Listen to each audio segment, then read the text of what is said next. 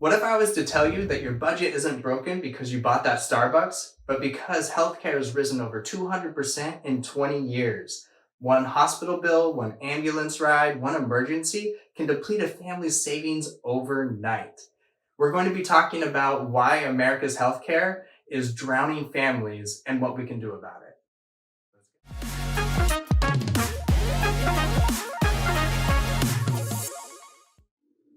Hey, welcome back to the podcast series Buy Your Kids a House. Again, I'm Matt, this is Andrew.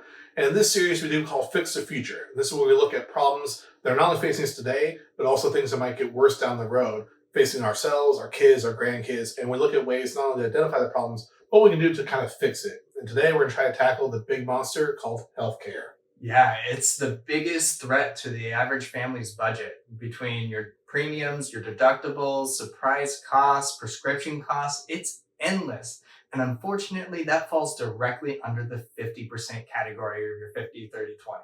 Yeah. So let's go ahead and dive in and see what we can do to kind of fix this. All right, let's find out. Yeah. Okay. So first off, we're going to go over the healthcare system and how it's eating into the American family's budget. And for those that are a little bit older, you might remember the show Oprah Winfrey back in the 90s. And I remember very vividly watching with my parents, and they would have financial experts and everything on there. And they used to have those fancy pie charts that show you about your budget and how everything fit in. And I always love the fact, laughing now that they used to have the healthcare system, it's only 10% of your budget. And all of a sudden, as time went on, that budget seemed to get a little bit bigger in the part of the pie. It went from 10 to 15, 20, now even 25% of your budget. And you start looking at it like, if it's that much of my pie chart, I think I might need a second pie for my income on that in order to be able to pay for it. And everything is 25% of your budget going to just healthcare. How are we going to fit everything else under the 50, 30, 20 rule if a good chunk of your 50, half your 50 is already going to just healthcare? How are you going to pay for your mortgage and rent and everything along those lines? There's just not enough money to go around with that, let alone if something is to happen from that. You're one broken arm away, one illness, a God forbid having a childbirth and everything. All these things you don't know until all of a sudden you get the bill, and just it's astronomical what it could be. And a lot of times you can start to ponder and think about, should I even go and everything. Like, I'll fully admit when I broke my arm, even with just having, we have pretty good insurance and everything, I still was even hesitant about going to get it checked out and everything because I just didn't want to worry about how much more it would cost between the co-pays and the out-of-pocket expenses and everything. So I was almost sitting at home with a broken arm and just going to kind of suck it up for the moment, just thinking about that. And something like that is just crazy to me that we have to even contemplate that, whether or not, okay, should I go? Because I know this bill is going to be outrageous. And you kind of touched on it. You never really know what your bill's going to be, especially when you have insurance, until you get the bill.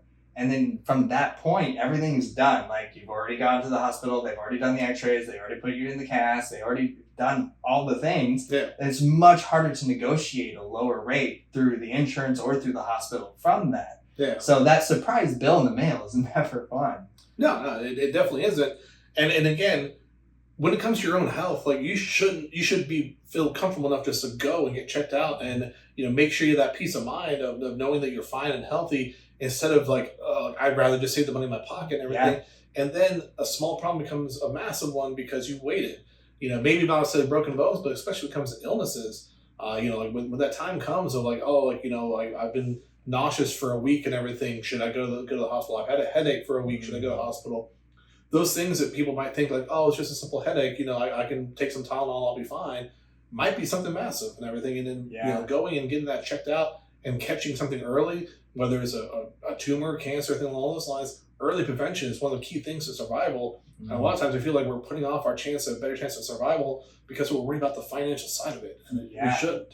No, exactly. You shouldn't have to go into looking at your own health being like, can I afford to live, essentially, or live healthy, or get ahead of this, or like you were saying, things as simple as like an ongoing migraine or a headache for an extended period of time could be a sign of something major. It may not be, but you don't know that till you find out.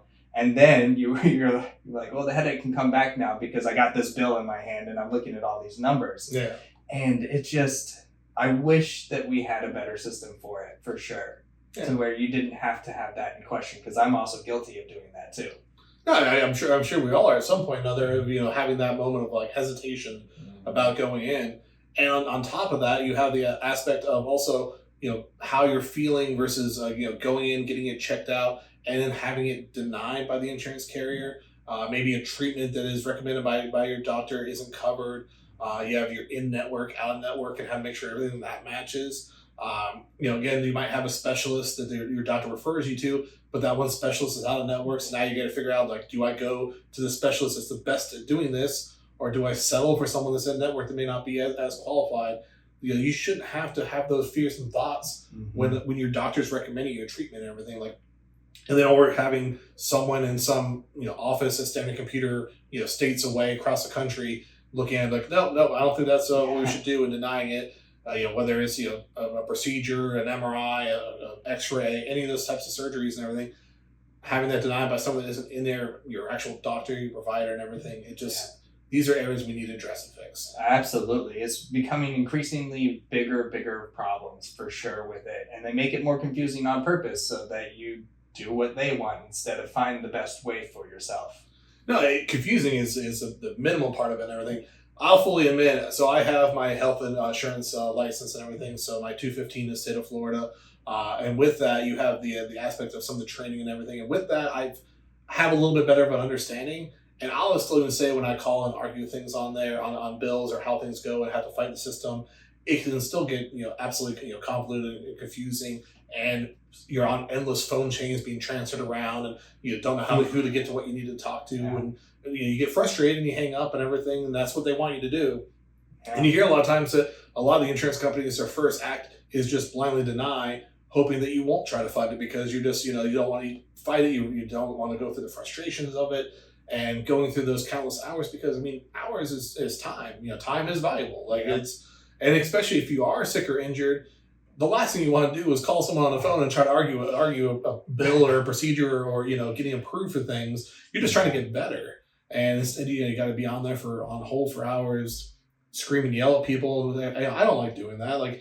You and I both work in customer service. We get yelled at enough and everything. But sometimes it still is hard to not want to scream and yell at the person on the phone when you think it's something so simple, like you just click approve, and they're still like, I can't do it.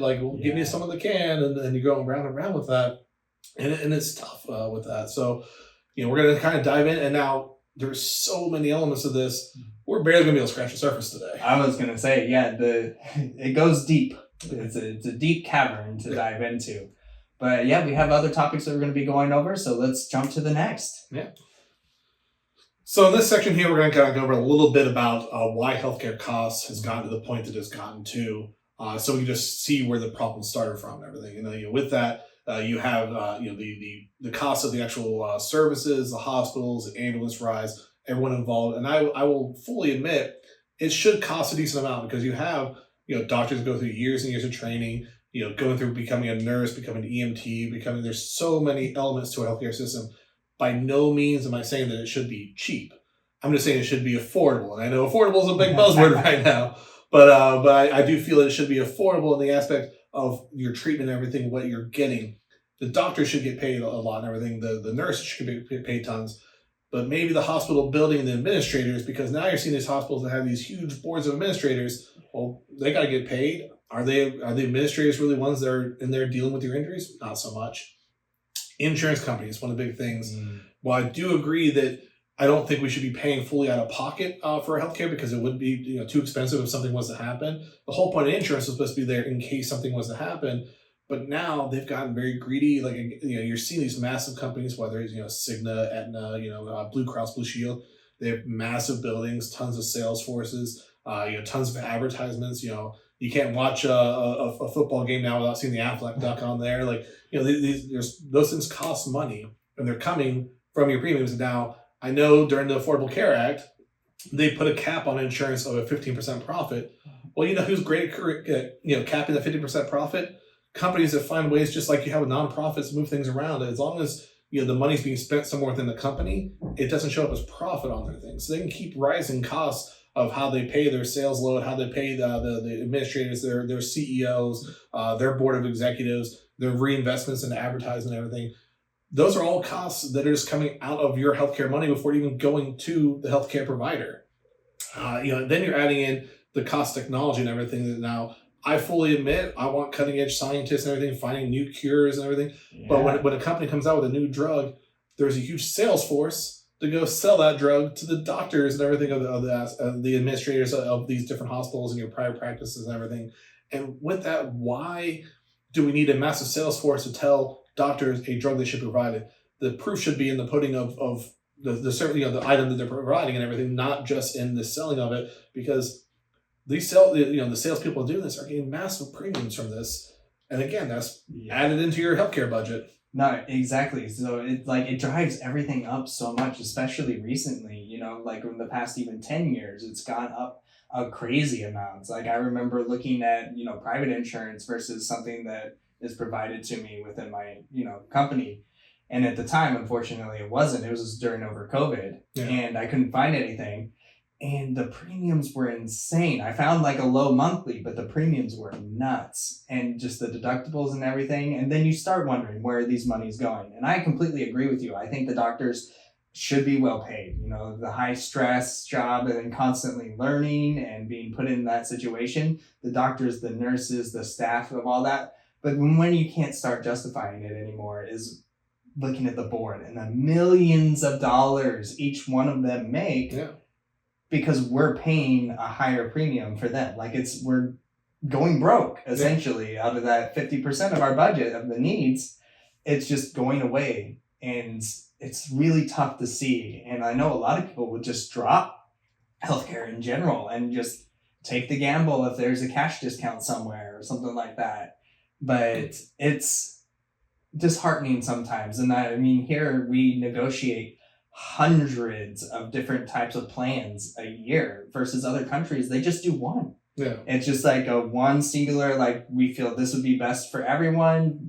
Look at it. What do you think? And a lot, like I would say probably 9 times out of 10, it's way better than anything we have here. Yeah. And then, as you just mentioned a little bit about the idea of, when you're looking at the self-pay route, and we've all been there at some point in time of like, if I'm paying this much for my insurance and I have this high of a deductible, and they're still going to bill me a certain amount, like why? At what point does the insurance actually kick in to help me out? And like I've looked at in the past where I've called hospitals for things like I have 2 kids. We didn't have insurance initially when we were starting to plan the idea of having a family, and then we got insurance. But in that process, I was calling hospitals asking them what would be the self-pay costs.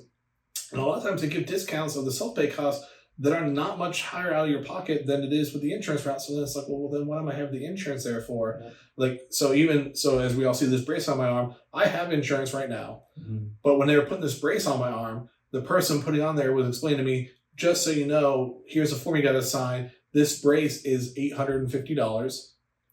But if your insurance denies it, it'll only cost you $150.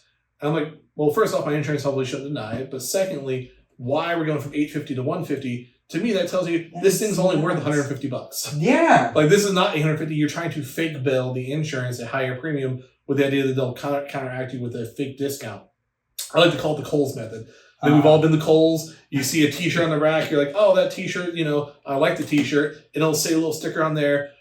T-shirt was $500, but we marked it all the way down to $2,250. Yeah. Like, no, the shirt was never $500. Yeah, exactly. It may have been $40, and you marked it down to $2,250, and I still liked that discount, but it was never the original price that they had. And Kohl's got in trouble, and they've stopped it some, but for years that was their practice, and it was funny going through there, and you would see these astronomical prices that they magically marked down to try to make it feel like you got a better discount.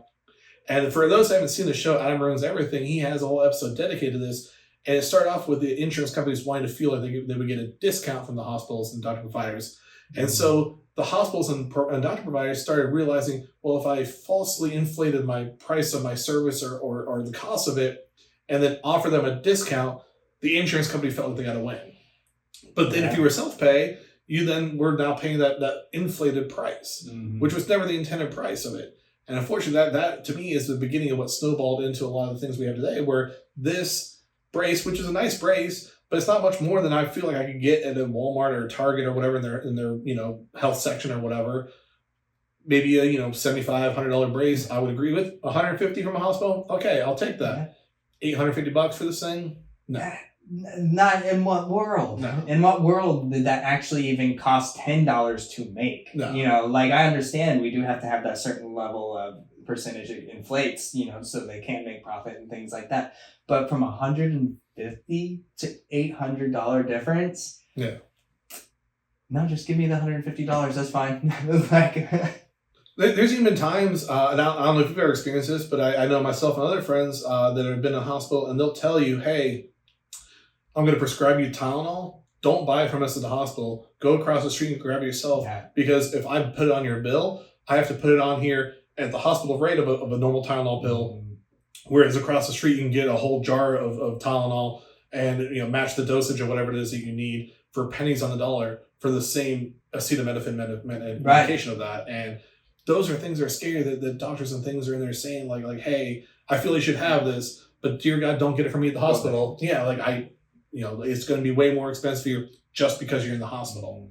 And that's sad. Like we shouldn't be at that point where doctors and nurses and whatever are trying to provide things and trying to find loopholes for you within the hospital. Because again, I say that half jokingly. We literally did that when we were in hospital with my kids, and there was a Walgreens across the street, and they're like, hey, run across and go get this for your wife and everything, as you're near the end here, because if I put it on here, it's going to be a lot more expensive. Yeah, and like you said, they shouldn't have to be finding loopholes, like amongst everything else they're doing and like trying to get better with medicine, and it's a constant practice and learning.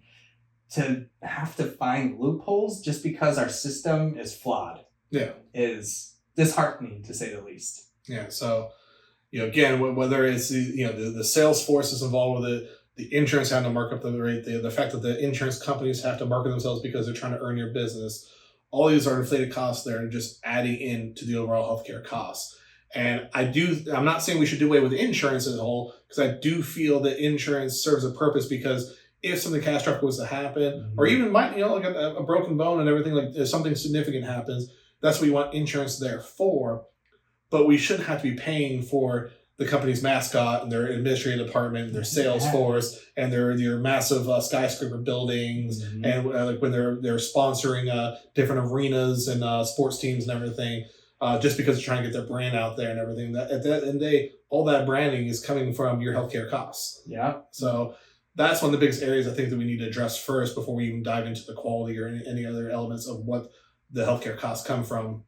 And from that, now we can try to look at some of the potential solutions of what we can do to fix things in the future, and maybe even down the road further from that. No, exactly. And finding out ways that we can save the money and look at the different programs out there. There's third-party things I know as well, but let's start looking at things that we can do to help make it better. Yeah.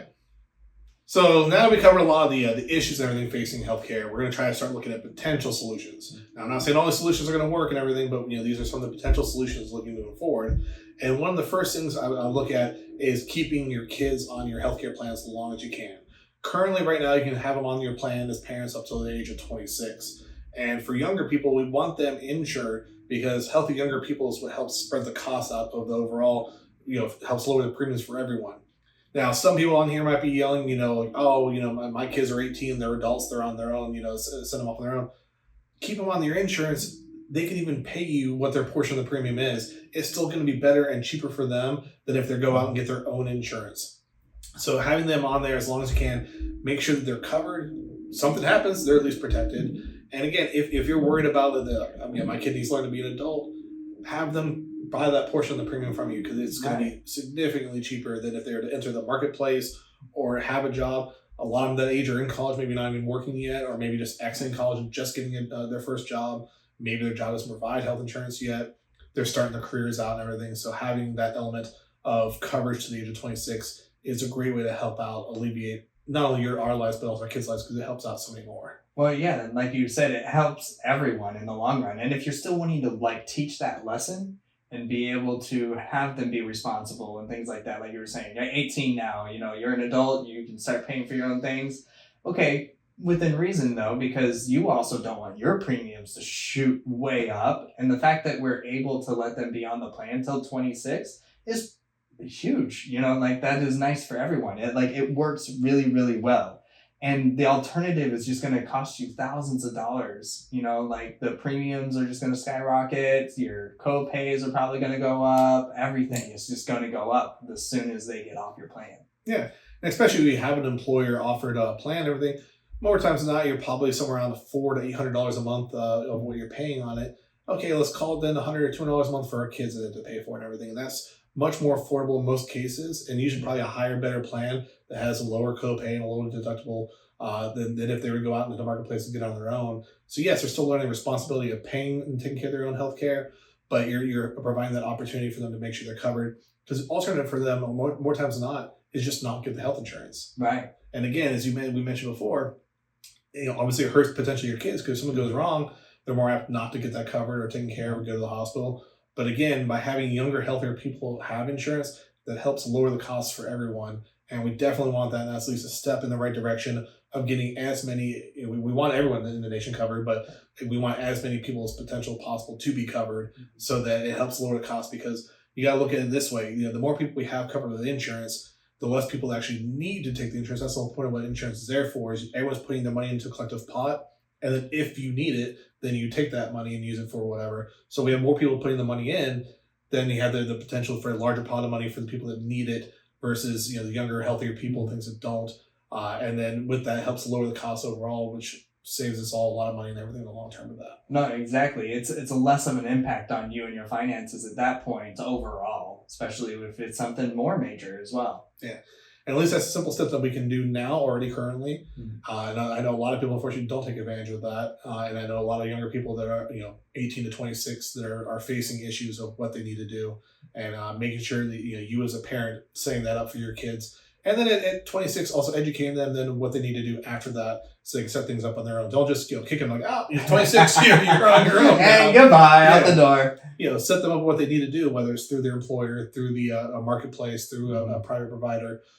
Setting them up with what it takes and everything, and then also preparing them, look in advance and see what those costs are going to be when they're turning 26. Because if you have them paying a portion from 18 to 26, have them be braced and ready to know what the difference of that price is going to be moving forward, so it's not sticker shock with that. Oh no, exactly, and that's exactly what I was going to tie in as well. Everything you just said is getting them prepared, giving them the knowledge of what to do next, and setting them up for success in the future instead of survival of the fittest, if you will. And I know there's a decent amount of parents out there that think that way because that's how they were taught. But like, I understand that you want them to survive on their own, but at the same time, it's so much easier if you provide that knowledge to them and guidance, and that's, as with your kids, you're a parent, that's what you're there for. You're there to provide the knowledge and the guidance throughout their lives and throughout the hard times and the good times, and sharing all of the different things with them. And I actually had an idea, it literally just popped in my head with this. Let's say they're 18 to 26 and you want them to get in that mindset of, okay, I need to pay for my health insurance. So you want them to pay $100, $200 a month, whatever the number is that you set with that. Well, you as a parent could just set that money aside. And when they turn 26, you can then have that money then waiting for them to showcase, maybe alleviate some of that increase in the price of that. Or maybe you can use it for whatever the other life need might be and everything. But if it's something you can afford to do, put that money aside. They're then still learning the habit of paying the bill. But over that 6 or 8 years of time frame, you're then increasing that $100, $200, whatever it is, over the course of those 8 years. And then when that $200 a month all of a sudden turns into $400, $600 a month, at least for a short term, maybe that burden wouldn't be as much of a sticker shock, because here I am with $20,000 waiting for you and everything to help alleviate that adjustment in that process. Or if they can afford it, then they can still use that $20,000 towards something else of the whole buy your kids a house series. Buy your kids a house. You have those other elements and everything. That's just something that literally just popped in my head. That's a great idea. Yeah. So you're still teaching the life lesson of being responsible and paying the bill, but having then it actually be a surprise nest egg for them. Yeah, no, absolutely. And I know there's a lot of other solutions as well out there. We're going to dive into a few more next. Yeah, so let's go on. So now we're going to go to the element of some other potential solutions and everything. And now we're not saying that either one of these, or maybe a combination of these, are going to be the almighty solution, but these are some solutions we've come with at the moment of what we can kind of look at and try to think about and maybe figure out and tweak from there. The first one mainly being what's called single payer system, or some I hear of Medicare for all. Now, personally, I like this idea, and I'm not trying to get too political on this, but the idea of it is that we all pay into the same system a certain set premium. As we said before, if you have younger, healthier people on insurance, it lowers it for all. The more people we have on insurance, the lower the cost is for everyone. It also streamlines the prices and everything for everyone. You want where, like, if everyone's paying into this, we know each month what that's going to cost across the board for the nation. We have a huge macro element. As data scientists, the bigger set of data, the better it is, and the more homogeneous of the element of the cost and everything go through that. And we're able to look at it and streamline that for younger people, middle-aged people, people with kids, people without kids, older people, and spread that out to everyone. And you're also not missing people that aren't covered. That's where then, hospitals a lot of times, they'll cry, poor because they have people that go to the hospital for an emergency that are not covered by insurance, and they duck out the bill. And that bill goes off to collections and probably never gets paid. And a lot of times, hospitals have to write that off. Well, if everyone's covered by insurance, we wouldn't have that be an issue. So again, it doesn't matter what side of the political spectrum we're on. I think we can all agree that if everyone had health insurance, we would be in a better position than what we are, currently and everything. And having insurance actually covers what we want to cover, knowing full well that it covers all procedures, all treatments. You wouldn't have an insurance company denying a treatment for cancer because they deem it as too radical or as too risky or things along those. Or you wouldn't have an insurance company picking out saying like, oh, this person, we're not going to go through this transplant because they're too they don't qualify under whatever the plan is that they're offering. It would be a blanket covering of it covers it all. Go and get your healthcare taken care of. So that's where I lean towards the best long-term solution for this. Yeah, that way it's more of a flat rate that's affordable for everyone instead of like we talked about a little bit ago, negotiating. Like there's so many different insurance companies for one. There's so many different plans, hundreds of different things, and you trying to figure out what's best for you. Something like this could alleviate all of that, and you're taking away the stress from it too of trying to figure it out. And then having just that kind of flat rate for everyone to where everything can be brought down, that's a really good solution. I like that idea. Yeah. And then kind of tying with that also is an option of also capping the costs of care, prescriptions, medications, procedures across the board, setting a standard across the board of what these procedures cost. Now, under that single pay system, it'd be a lot easier because you look at it like, okay, a broken arm costs this. Currently, there isn't that system. That's where a lot of these companies can go back and forth with the insurance and they keep negotiating prices and going back and forth. And one thing that absolutely blows my mind right now is that things are relatively standard to me and you, like a broken bone, like a sprained ankle, a laceration, at one hospital can charge a totally different price than the next hospital. And a lot of times you get, let's say you get in a car accident, ambulance comes and picks you up. You can't go, excuse me, Mr. Ambulance Driver, please take me to your cheapest hospital. They just take you to whatever the closest hospital is. And you don't know going into it, does this hospital, is it in network, is it covered, is it all that type of stuff? But let alone, what do they charge for the treatments that I need? When another hospital down the road may have, better service, charge a less rate, all those things of what you may or may not want. And you don't know until you get the bill and everything. So by having a standard of what these procedures cost, you wouldn't then have an $850 brace. Yeah. You would have a $150 brace. You would know what these standards of prices are across the board. Now, granted, you may have certain specialists. I know, for instance, professional teams, you may want the best Dr. Andrews that does the great ACL repairs and everything for all those years. Sure, go pay, the best guy, the premium to do the best surgery and everything for that. But for the majority of us who just want basic care and everything, we should be able to go into any hospital, any doctor's office along those lines and have an expectation of a known price. And it wouldn't be such a secret of it as well. So. No, exactly. They're not trying to swindle underneath the rug kind of a thing. Or oh, by the way, also here's this hidden cost, $800 brace later. Like you were saying, just having that base cost for everything to an extent to where going into it, you're not surprised by anything because the few times I've had to go to the hospital throughout my life, there's always something that I'm like, that cost what? Yeah. And why?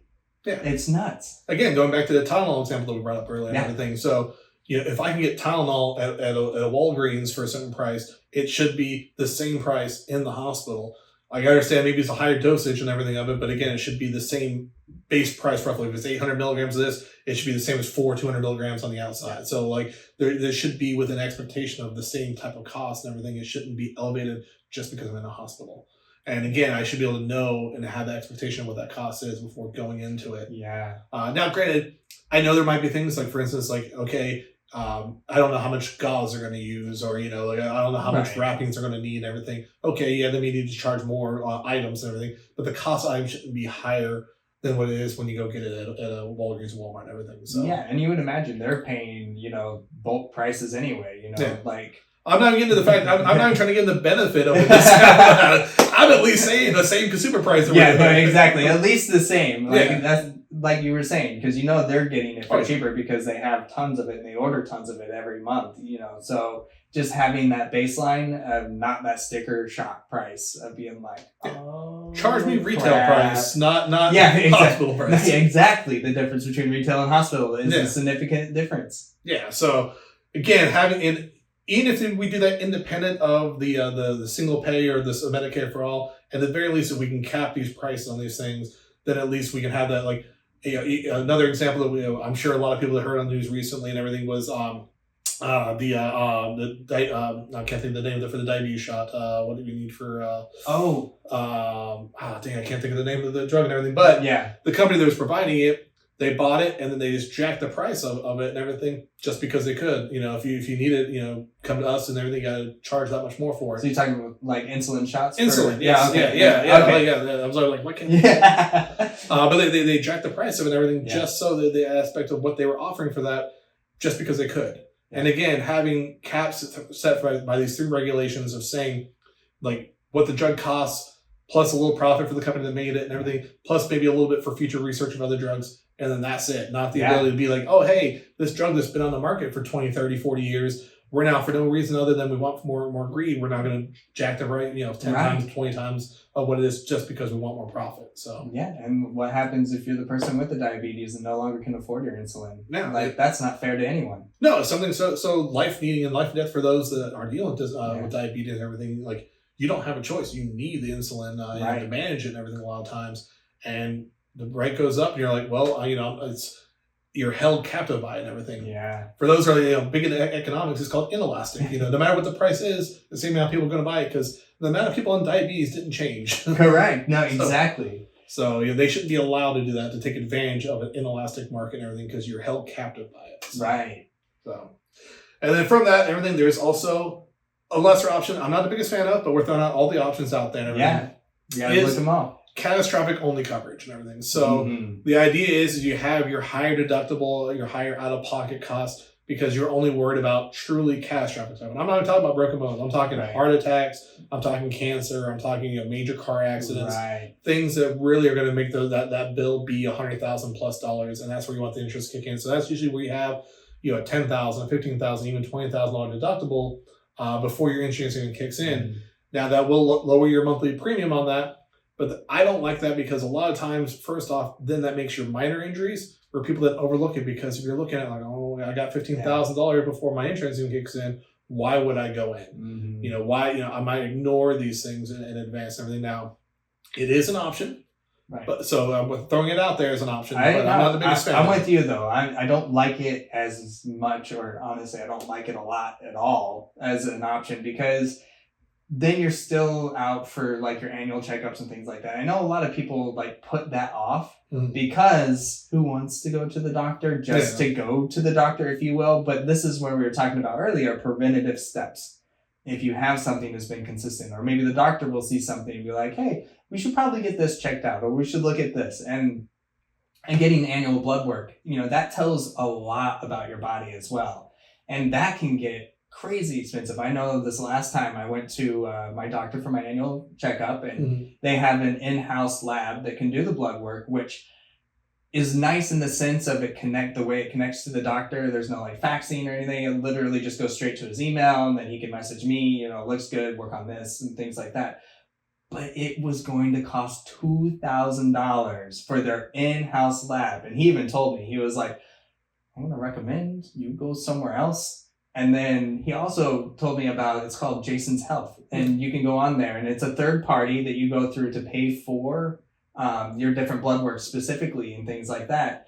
And the price difference between that versus even just Quest Lab, it was $300-400 difference. So I was paying $200 for a full panel blood work, where it would have cost $400 or $500 plus the two, or up to $2,000 if I would have done it in the hospital in-house lab. Yeah. So just looking at like some of these options, I was very grateful that we got that information from him and be able to save that amount of money. But like we also were talking about, doctors shouldn't have to find loopholes.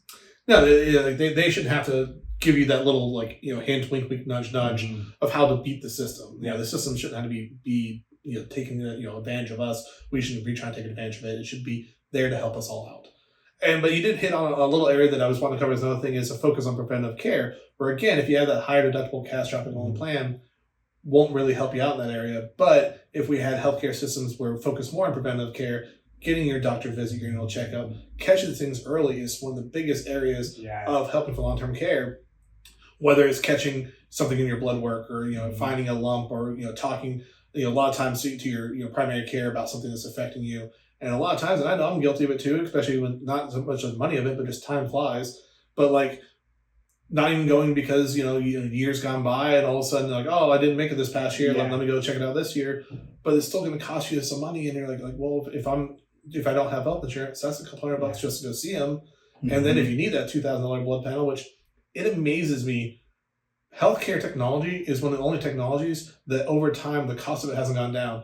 We've talked about before how TV prices have plummeted.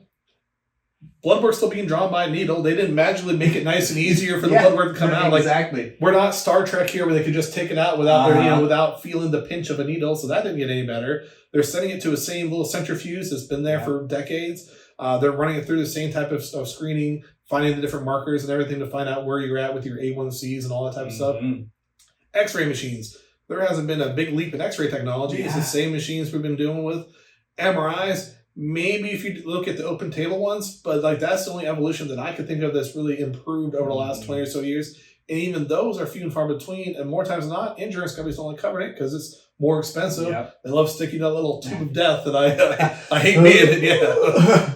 But like it amazes me that these are items of technology that are decades old, but haven't gone down in cost magically because of this. So, but again, we need more of that focus on preventive. There's companies out there now, third-party companies you can go pay, and they'll do the whole body scans and give you a heads up. Why isn't our regular health insurance offering this? Why do I have to go to a third-party company and have them do these whole body scans and check me out head to toe, check my heart, check all these my lungs, so that they can, and then they'll send it over to your doctor and everything. These are things that should be provided within our normal healthcare system. Yeah, absolutely.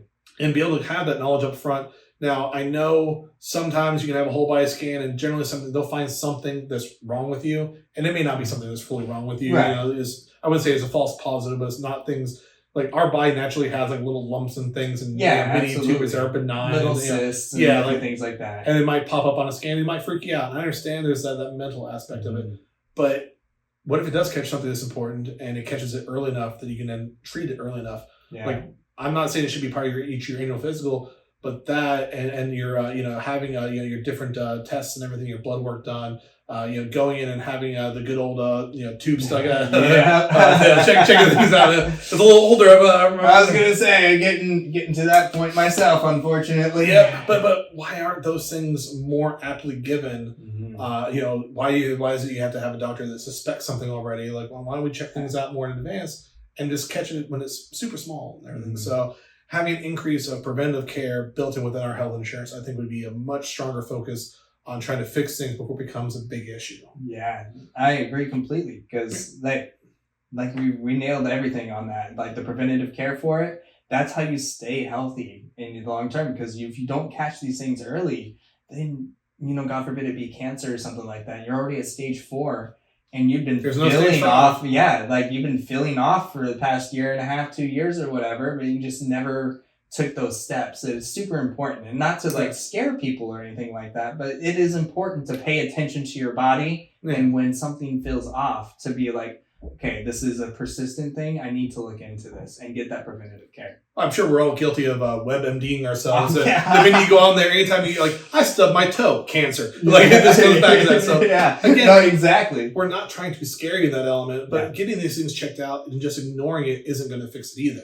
And yes, we're not saying that going into full body scan you will find cancer, but if you did and you caught it early enough, that could be the difference between life and death, or at least adding years onto your life potentially. Because again, as you said, stage 4, there's no stage 5.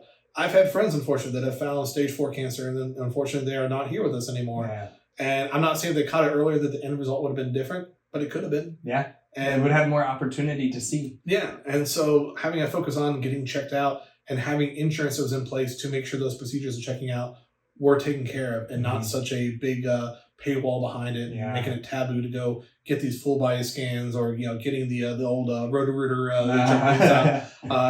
Those things are important to have and do, and blood work shouldn't be $2,000 for something that we've been doing for decades and everything. Yeah. So having this preventive care set up and everything. And you hit a little bit on with the third party might be an answer for the blood work, but also another one. Mark Cuban has also the prescription plans also that helps cap on that, because prescription costs is another rising area, especially for the elderly that has maybe a little more prescriptions involved.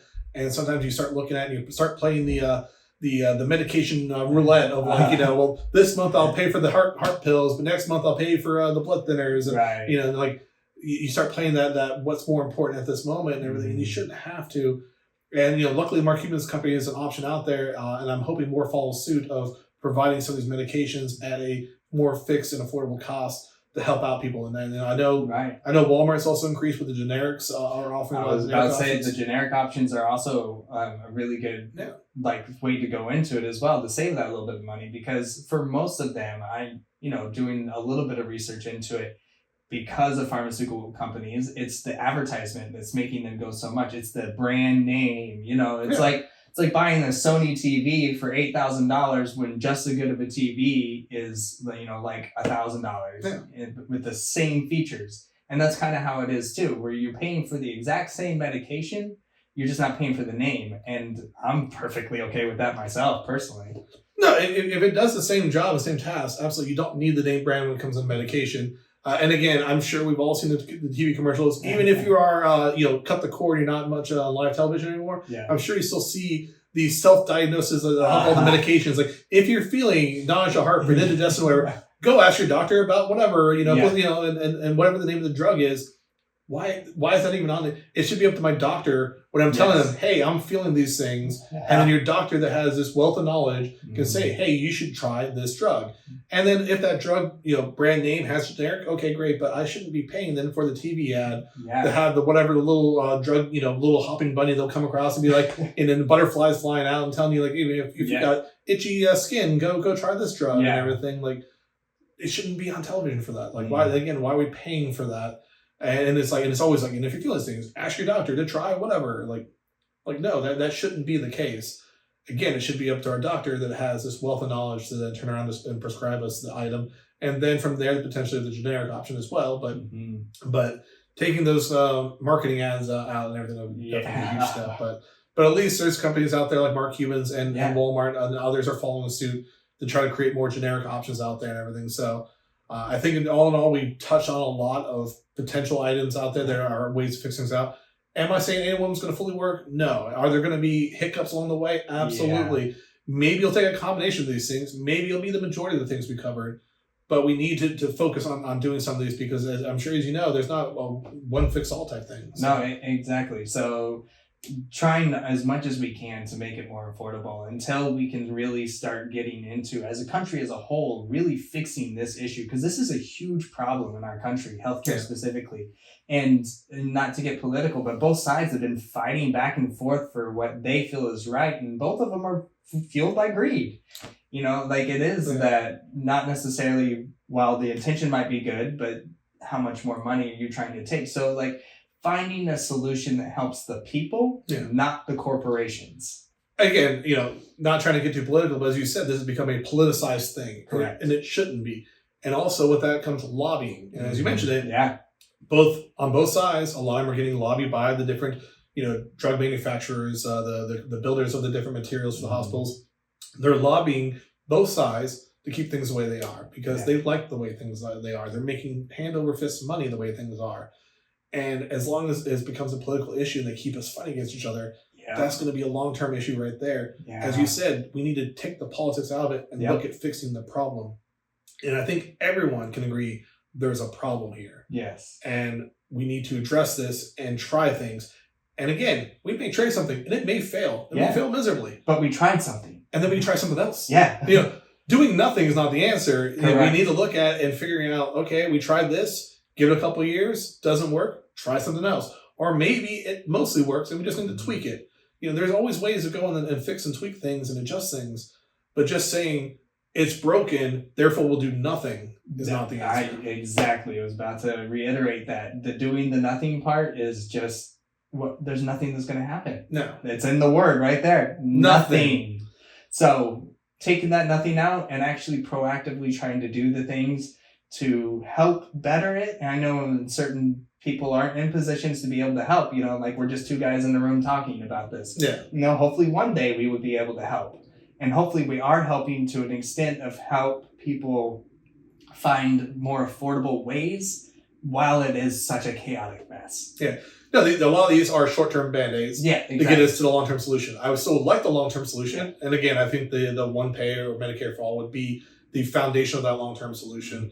But until we can remove the politics of it and everything and then focus on the problem, it's going to be tough. Yeah. But these other options that we gave might be good little stepping stones to get us to that point, or at least get us Band-Aids to get to that point and everything. So I think that covers a lot of the main items of ideas of what to fix and how we can potentially fix it, or at least get us to the point where we can fix it. And like you said, and having the Band-Aid solutions to look at. And there's hundreds more, thousands more things out there that we haven't even seen yet either. Yeah, we don't scratch the surface. Yeah. Exactly. So there's a lot of options and it's very overwhelming, but like we've said before, we're trying to build this community to be able to all have our ideas combined together, and what works for you may not work for me, and just finding that specificness in individuality to be able to find the best option for healthcare. Yeah. So I think that covers most of those right now. So, I think we'll kind of wrap things up in a moment here. All right, let's wrap it up. Yeah. So I think for the most part, we kind of covered the main, barely scratching the surface of the issues facing our healthcare system.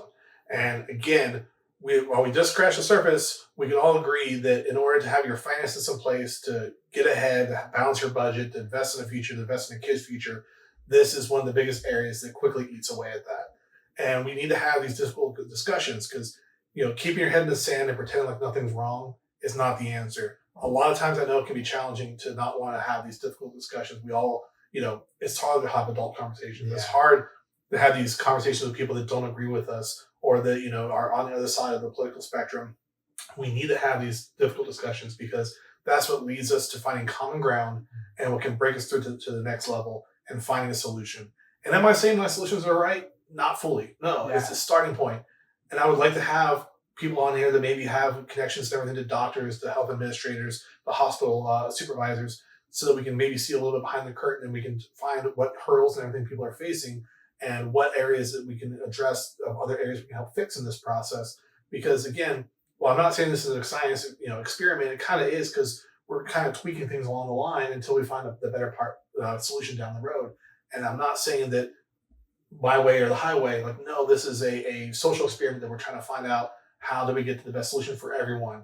And not having these conversations is not the path to go. Well, no, exactly. And like you were saying, doing nothing and having your head in the sand, it's so easy to hide. But we're trying to really build the supportive community up to be able to make those moments where you feel so overwhelmed. You're like, I don't want to peek out. Be like, okay, here's people that have gone through this. This is what they have done. And we want to hear from you. We want to get those comments. And like you said, healthcare providers, we'd love to pick your brain, interview you, things that we, maybe left completely out. There definitely is some of those as well. And I know throughout this episode, we've talked about a lot of different things. If you didn't get, or if you're not familiar with the several things that we did, like the 50-30-20 rule, we do have some previous episodes you should go back and check out as well, because we explain more in depth about what that is, how to manage the budgets that way as well. But in the next episode, we are going to be talking about credit card points and maximizing that for your benefits.